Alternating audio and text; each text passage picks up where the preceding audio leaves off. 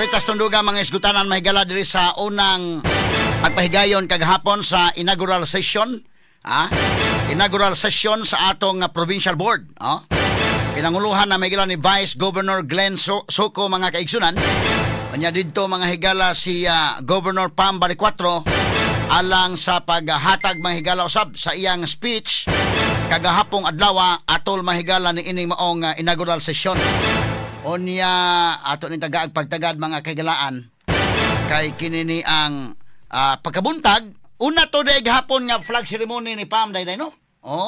So una day nga flag ceremony kagahapon nga naka-appeal na sa akin atong June 30 mga kaigsuunan Lunes, tumilabang Lunes, half day raman siya, no?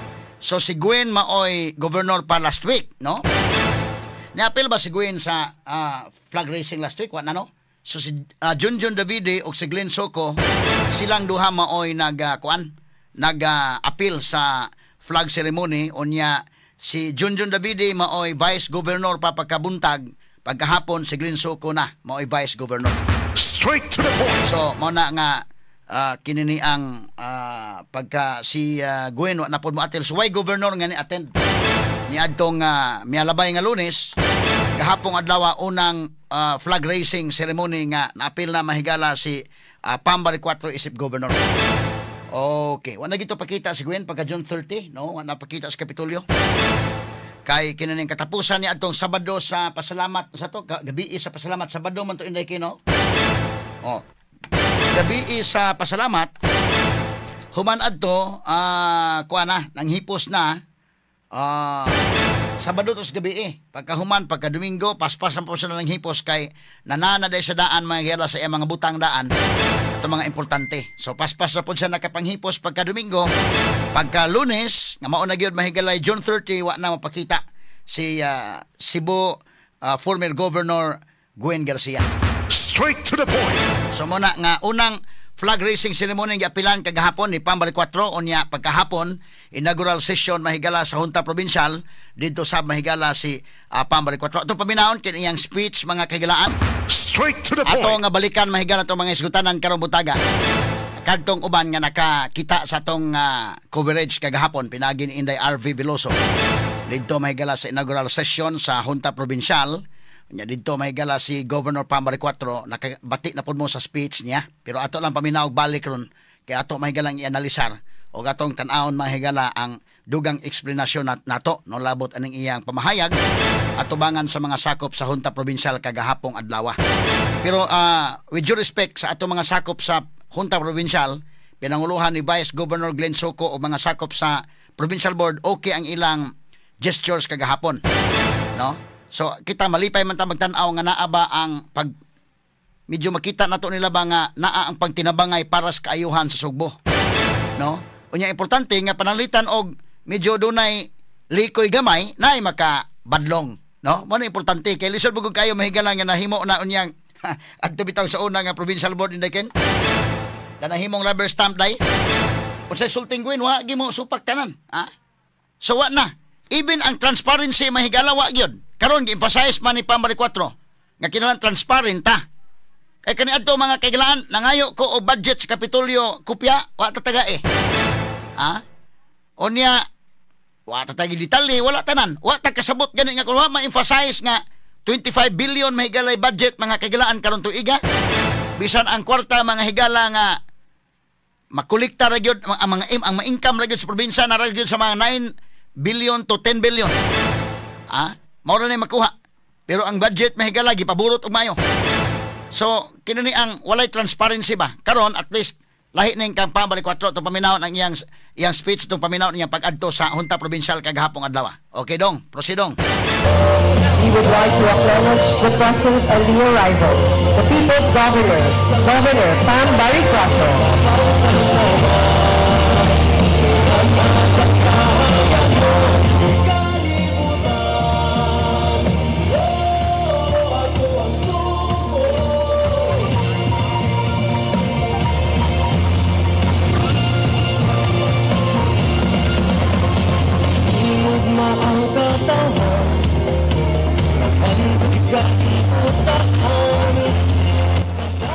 Okay, mo ni mahigala ang pagsuod na. ni Pam Baricuatro kagahapon dito sa Provincial Board sa Legislative Building Mahigala. Din dito gipahigayon ang sesyon sa Junta Provincial. O niya kuyugan siya ni Vice Governor Glenn Soco. Okay. Bitaha po ni si Glenn kay medyo fair po ni si Glenn day. Nga iyang muagak gyud ni Governor day gyud. Kasi Gwen yang giagak si Pam yang sang kagakon. Ato lang giagig katawa mahigala. Sige, ato paminawon be.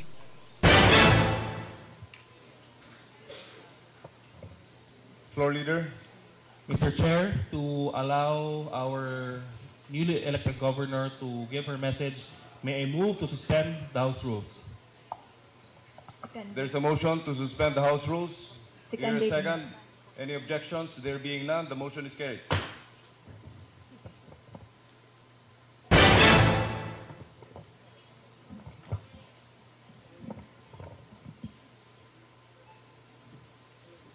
Ladies and gentlemen, the Honorable Governor of the Province of Cebu, Governor Pamela S. Baricuatro.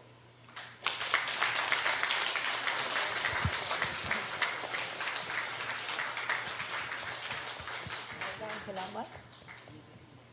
Vice Governor Glenn Soco, members of the 17th Sangguniang Panglalawigan, guests, fellow public servants, our beloved Cebuanos, maayong hapon kanatong tanan. May hapon. First of all, I would like to thank Vice Governor Glenn Soco and the members of this august body for your presence during my inauguration and oath-taking. So pasalamat siya sa Glenn Soco sa mga sakop sa Provincial Board. Was more than just a courtesy. It was a message. A message that despite party differences, we can still choose to stand together, unite for the province of Cebu. Okay, katdong, katsadong. Aron makasabot ang tanan, labi na ito mga listeners. So, iyang gipasalamatan pagsugod pa lang si Vice Governor Glenn Soco, ang mga sakop sa Junta Provincial, o sa pag-attend no sa iyang katotoang iyang inauguration mahigala ni Pam Baricuatro para niya dil anto mga higala nga kinini ang kwan no. Kuan gito siya para niya ing gisabuto mahigala nga maayo gyud no. Katong pag join nila mga sukitig paminaw no. Okay, so atong ipadayon mga higala. Kay bawo man ko nga nakabati naman mo ani ato ning balik pero ato lang putol-putulon para ato ma-explicar o mahibaw-an sa tanan kini mga higala niya mga pagpasalamat. Unang bahin pa lang sa iyang speech mga sukitig paminaw. Okay, proceed Nems. Not out of commitment as the governor of Cebu, but because of my promise to the Cebuanos of a colorless kind of government. Most importantly, this is part of my vow to work with everyone to achieve our dream of becoming a more progressive and premier province of Cebu. As I've said before, gobernador ko sa tanang Cebuanon, dili lang sa mga nakadaog. Okay, katsadong. Nindot ning puntuha ha. Colorless kind of government. Why color mga higala? Dili ningon nga color coding ta. Unsay partido mga sukitig paminaw kay para niya gobernador siya sa Sugbo. Dili lang sa mga nibuto, dili lang sa kuano.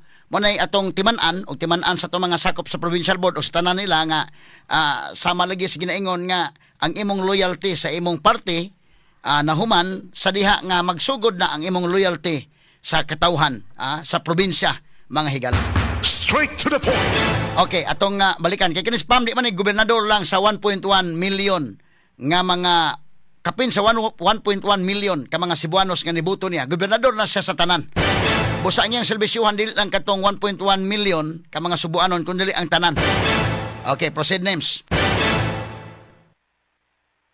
Dili sa tanang Cebuano. Bisan usa pa sa ilang kolor, partido or pinili. We have all just emerged from a hard-fought election. At times, emotions were high and battle lines were drawn. But now, the people have spoken and the Cebuanos who put us in this position are watching. Tinuod yun. Nagtanaw ang mga Cebuanon nga nagbutan ninyo diha. Sige, sige lang dong, prosidong. Nagtanaw ang mga Cebuanon. To agree on everything. But they do expect us to work together on the things that matter most. So I come before you today not to impose, but to invite. Let us lead, govern, kuyog ang mga Cebuanos para sa mga Cebuanos. Let us build a new Cebu provincial government where power is not only concentrated in the office of the governor. Let's help build Cebu together. To do this, I ask for your partnership in the following principles of engagement. First, let us make public hearings a norm, not a formality. I urge our board members that before we pass ordinances that affect the lives of constituents, let us first listen to them. I believe that the mark of a good governance starts with listening to the people. Let us take note of their sentiments and let us propose and grant actual resolutions that are for them and for our localities. Second, okay, Katsadong. Note first ha, nga gipangayo niya mahigala nga mas mayon dunay public hearing, paminawon gyud mga kagilan unsay gusto sa mga tao, mo na pinaka-importante atong himuon ang Sugbo magtinabangay ta, ha? Pag palig-on, pag-build mahigala sa Sugbo. So kini kuan gyud, paminawon gyud mahigala ang mga tao, dili kay ang power mga kagilan tuan nag-concentrate la sa opisina sa gobernador. Ha? Unyag maghimog mga kining pieces of legislations pinasikad mahigala og unsay nabati na to gikan gyud sa katawhan. Unang iyang gi-urge mahigala nga dunay public hearing nga paghimuon. Okay, second dong. First to, second. Proceed na names. But a people's budget. Let us craft our budget with our stakeholders and let us review it with transparency. This is a leveled up form of checks and balances, since it won't just be a government agency or official looking after another government body, it is the people looking after us. Third, I ask that our budget reflects... Sa gamay lang. So kiniha ang budget po mga kagilaan nga kinahanglan maklaro gini unya with transparency gyud. Importante na mga higala nga dunay transparency sa mga gahin sa kwarta asa ipamutang. Karon mahibaw ta mga kagilaan kay iya manggi hagit sad mga higala ang tanan nga kinahanglan do na mga higala transparency ang tanan. So mahibaw ta asa ipamutang asa ang kwarta igahin, no? Mahibaw ta daan. Muna importante mga sukit paminaw. Unya sige ato sa tiwason gamay ni ha pag paminaw mahigala unya atong dugangan unya gisgot. Okay names, proceed names. Dili ta mangandoy nga mulapas sa atong mahimo. We must plan within our means, not inflate figures just to impress. Not inflate figures just to impress. Atong ihatag sa mga Cebuano ang pinakamaayo nga gobyerno nga angay kanila. And the only way we can do this is to give them the kind of services they truly deserve. First is better, if not the best, kind of healthcare services. Healthcare The ni. only way to do this is to put more budget in healthcare than what it has been getting all these years. This is the reason I believe in redesigning the Suroy-Suroy Sugbo and Pasigarbo Sugbo. As much as I support tourism efforts, which I believe would still be a priority given that we are top tourism destination, ibalik nato sa mga Sugboanon ang ilang buhis pinaagi sa maayong programa sama sa serbisyong panglawas. Okay? Imagine the additional hospitals, equipment, and medicine we can provide for our district and provincial hospitals if we relocate instead a part of the budget of the Suroy-Suroy Sugbo and Pasigarbo Sugbo. Another one I want to stop is the Sugbo Cemento. Not a lot of people know this, but this is a capital program. That started in 2024, where we buy cement from manufacturers and sell it to contractors. I want to instead put more budget into food security and the agricultural programs, as well as education programs, where students would be provided with the necessary training that matches the current industry demand. I know this won't be easy. We will disagree. There may be tension. That is a part of democracy. Pero bisan pa sa atong kalahian, unta magpabilin nga usa ang atong tuyo pagserbisyo sa Cebuanon, because we are all public servants of the Cebuano people. This is not about who gets the credit. This is about getting things done. And so I humbly ask this board, let us put Cebu first. Let us put the Cebuanos first. Let us rise above personal and political interests and work for something bigger than all of us. In line with this, I am also asking for your support on several legislative priorities that will help shape a stronger, more transparent, and more competitive Cebu. One of the most important initiatives I urge these bodies to support is a Freedom of Information Ordinance. Kini, transparency, When we promote importante. openness, when we allow access to government records and actions, we invite participation and prevent corruption. We empower the Cebuanos to engage and to ask questions. I'm also proposing the creation of a provincial investment and promotion office to actively attract and facilitate investors. If we want to compete globally, Cebu must make it easier for potential investors to do business in the province. We have to create a corridor for business in the province of Cebu. Closely tied to this is the revision of the Cebu Investment Code. This is needed in order to align our policies with growth sectors like business process outsourcing, renewable energy, and sustainable tourism. We must offer competitive incentives that bring long-term jobs and sustainable growth.